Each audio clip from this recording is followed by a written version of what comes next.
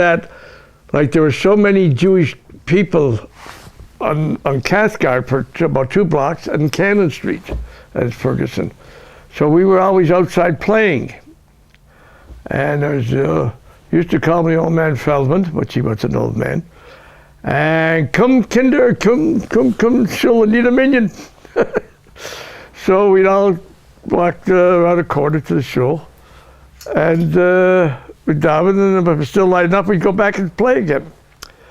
But we had the Rokans and the Latiners and the Goldblots and there was all kinds of them. Just lived in that little area, two, three more. The Bars family was there around there. And quite a number of Jewish people lived around there. It was almost like a ghetto. And this was the Hunter Street show? This is Ferguson Avenue. Ferguson Avenue. Ferguson Avenue show. A nice Orthodox show. Nice upstairs with ladies. And they never had professionals like cousins or rabbis or everything. There's Rabbi Levine used to go there on Shabbos, okay, because it was only 2 blocks away. They go out to the show. And then down north of Canada, there's, I'd say it would be at least 60% Jews. Boom, boom, boom. Rabbi Katz lived on that street, and it was a lot of Jewish people. And then, like you say, you come Shabbos, we all went to shul. But if we were playing out in the street during the week and they needed a minion, so we'd get called by this Feldman, and we'd all go to shul, make a minion, and sometimes if it light enough, we'd go back and play baseball in the streets. Because it was almost like a dead end at the end of Cathcart Street. Like it then went down and just a block before to Robert Street, and then we were on Barton Street. So we had lots of room, there was no traffic, and we could play on the streets. Who went to the Beth Jacob? At the Beth Jacob, well, like we went to Beth Jacob on Yuntuf, okay? We were members there. And like I say, you know where it is, but there was Levinson. He was a big Macharaika there. And the Goldblots were there. And I'm just trying to remember who was the cousin. But anyway, Nate Adler, Harry Adler, a lot of those old timers, you know, if I knew what you'd wanted, I might have made out a list for you. But it was a nice little show. It was downstairs. We used to have tea dancing down there. They used to put these machines and record players, you know, and have dances, 25 cents. And so my wife and I, that's how we got started down there. That's where you met? I'm not sure exactly how we met. But like we were a whole bunch of kids and we just accumulated together as friends. But we used to have tea dances there every other Sunday almost. And we did record machines. And everybody was dancing. They had Cokes and, you know, pop. So. And who they were were big singers in those days? Hmm? Who was the popular singer? Was it like Frank Sinatra? Oh, before that, to tell you the truth, I really don't remember. I don't think there were any big names. And then, I mean, there was music, but records. And, but I really, I'm going to be 85. I have to think hard. But it was a nice little show. The women sat upstairs. And I don't know, I think maybe we had 200, 250 members or something like that. That's about all. Wasn't that big. But it was a nice show. We had no trouble with minions. And Saturdays, we'd have a nice crowd. Didn't have a kiddush like we have a kiddush today. You had a little schnapps, or I shouldn't say that because some of the guys, a little schnapps would be half of a glass, you know. But we had, I'm just trying to remember that we had, there's Levinson was the cousin there. forget his name, but he had a nice voice. He had a nice voice. And but you know, it's like on Yontif, like my mother and father, they'd walk the show. Okay, and Saturday I would walk too, no problem. But I was young and foolish then. But it was I enjoyed that show. The speeches were very nice, very good. What was the difference, Sonny, between that show and the canon? The conservative Orthodox, okay, that's a show, the Cannon Street show, that was strictly religious show. I mean, they, no fooling around there because it was loaded with Jews, okay? They all lived around the Railway Street, Cannon Street, Hess Street, there used to be Hebrew delicatessens. And the butcher was there, Gelber, and who was the other one? Anyway, there was just full of Jews, from maybe Queen Street right down to almost James Street. It was full of Jewish families. And the Yanis was a beautiful show. A beautiful show. They used to have weddings in there, and downstairs they had a big, huge room for affairs and stuff like that. But I used to go there like to weddings and bar mitzvahs, gang of us. When the affair was downstairs, the food and everything, we'd all crash. So I spent a lot of time in the attic. Not so much upstairs, but downstairs. It was. Wasn't the Beth Jacob also Orthodox though in those days? Oh yeah. So then, what was the difference between the two shuls? No difference. They were both Orthodox. The difference was really, I really can't tell you exactly because I never went there. I used to go there, Rosh Hashanah and Yom Kippur, particularly Yom Kippur. The gang of us, we'd go to all the shuls. We'd go to the temple, and we'd go to the Addis, we'd go to Hess Street Shul. And that's what we used to bum around on Yontif. We didn't stay at the shul. My father would say, "Wie witzig event." Were there different? I mean, if both shuls were Orthodox, They're both Orthodox. were there different kinds of Different people, shuls, different siddurs. sitters? Okay, but yeah. Were the people at the Hunter Street shul classier people? I mean, Oh yeah. Because there were, I don't know, maybe 60-70% merchants. Like they had their own business. Some doctors. But that was the big, mind you, the Addis, when they built that shul, it was green. And he banged on everybody's door and got the money to build the place.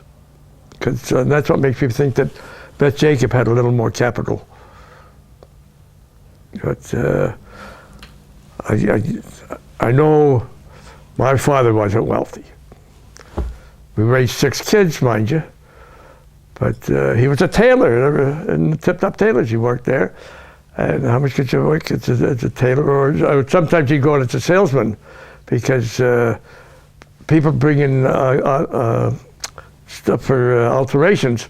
And so my father had to come out and measure them, fix them up and everything. So he was a salesman and a tailor. And he had American customers used to come up in the States because he measured them and they'd fit. But my father was, he didn't work Saturdays. He didn't work Saturdays. Tip Top Tailor was, I got a paper here that the Tip Top Tailors had in their Newsweek or News Month, whatever it was. It's all about my father. How he was born in Poland and raised by an aunt. Then went over to Montreal. He came to London. Then came to Montreal, and ended up in Berlin, which is Kitchener now. And that's where he met my mom, and they got married. His father-in-law was very religious, because he lived right next to the shul. He got by there and everything. But the Cannon Street shul was the Polish shul. Yeah. So how come you guys were at the Ferguson or the Hunter Street shul? Well, that's a good question. Maybe because they were Polacks, I don't know.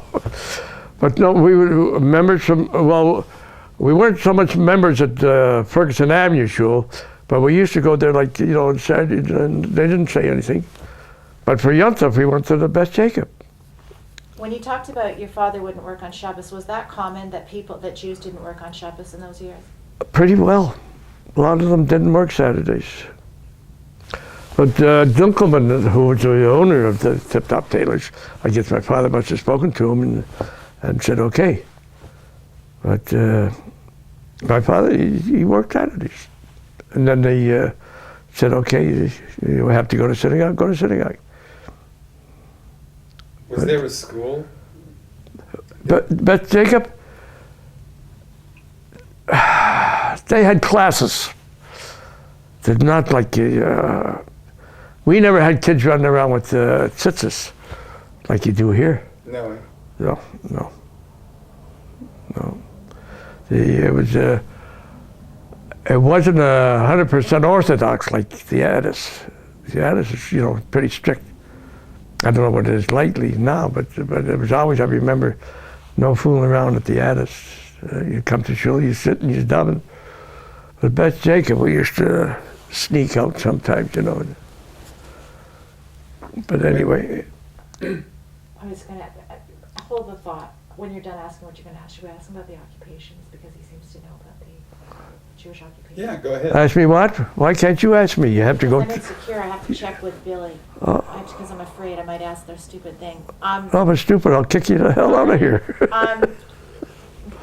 We're interested in learning about Jewish occupations back in the early years, what you can remember. What were Jews employed as, and Well, they were had their own little wagon that they go collecting junk. The Adlers had the furniture store. We had a couple of doctors and dentists.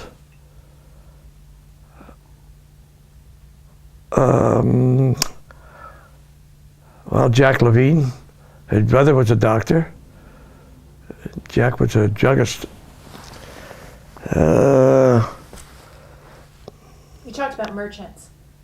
Yeah, merchants. What kind of businesses did they own? They had a tile business, tiling, and plumbers.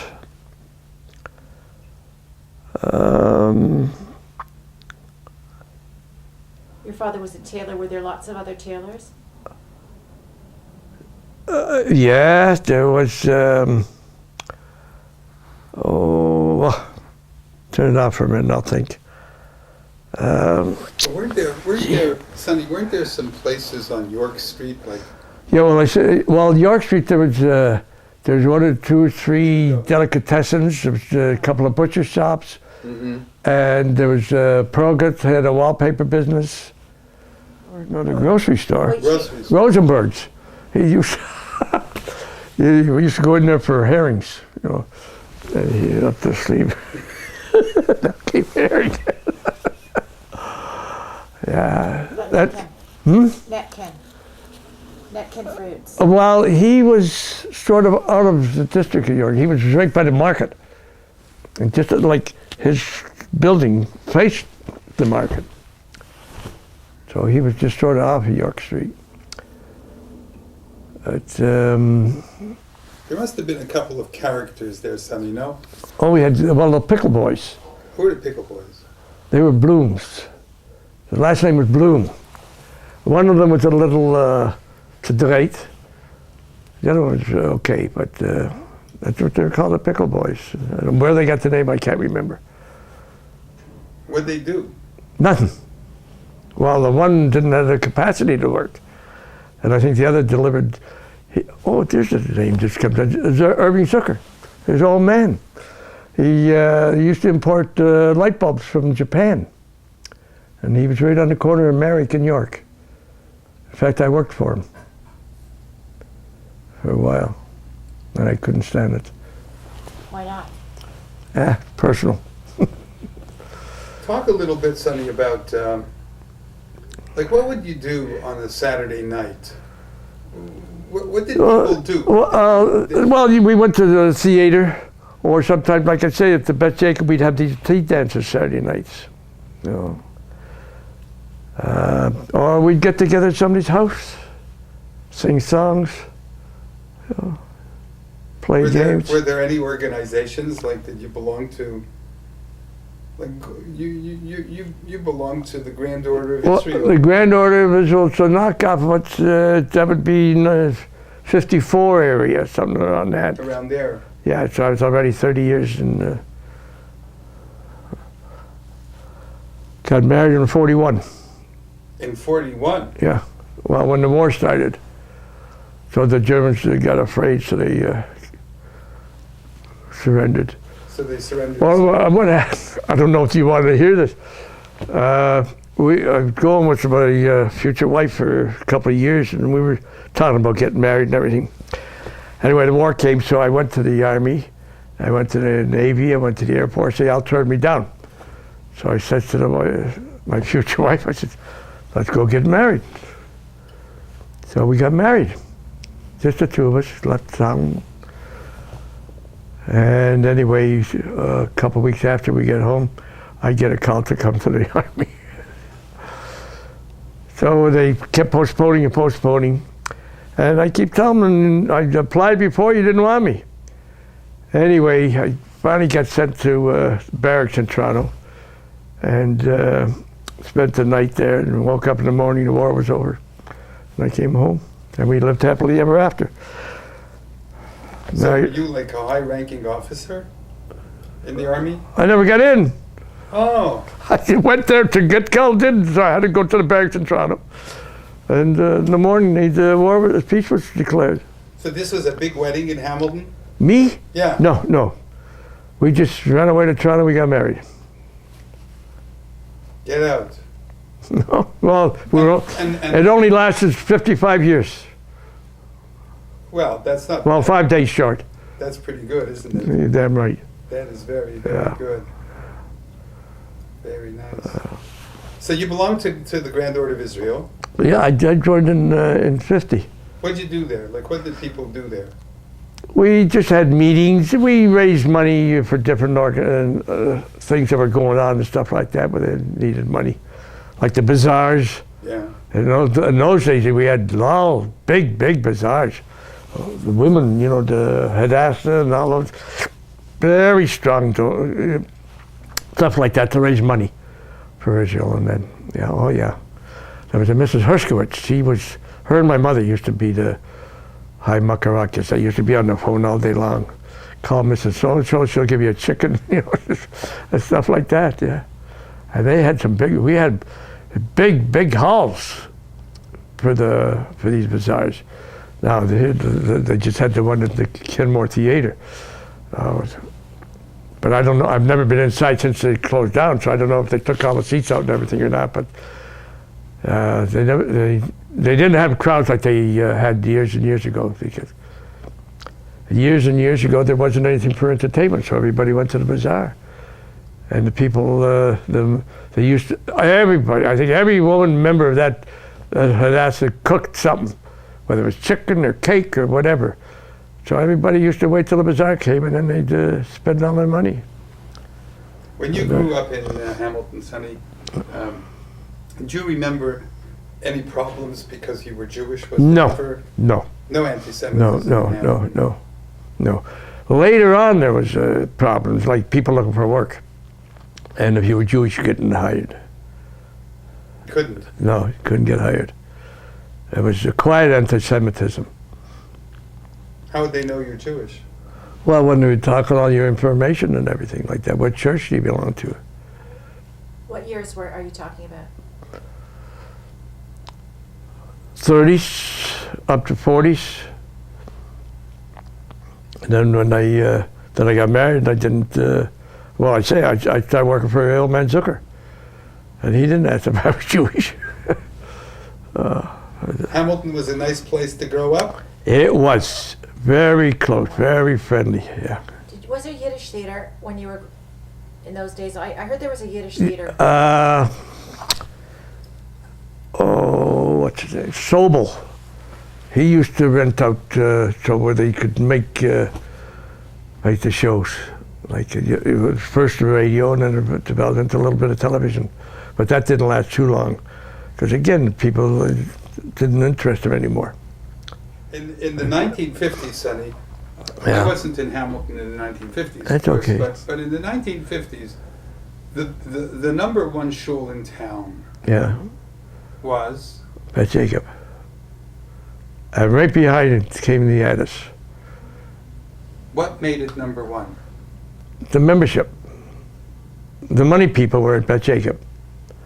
There was a lot of money in Addis too, but not in comparison to Bet Jacob, because you were all, property managers and owners and their own businesses and stuff like that. Where from the Addis were more poor people, and like say with horse and buggies, and junk business.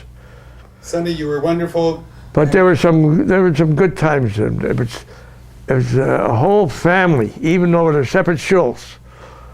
It was one big Jewish family. Really? Yeah. And that's what made the community. Absolutely, yeah. It was didn't matter whether you belonged to the Hestry shul or the Addis or whatever you belonged, as long as you went to a shul. That's what the Hamilton was. They wanted everybody to go to shul. Mind you, I never went to shul because I was working. But as soon as I retired, I'd start going to shul.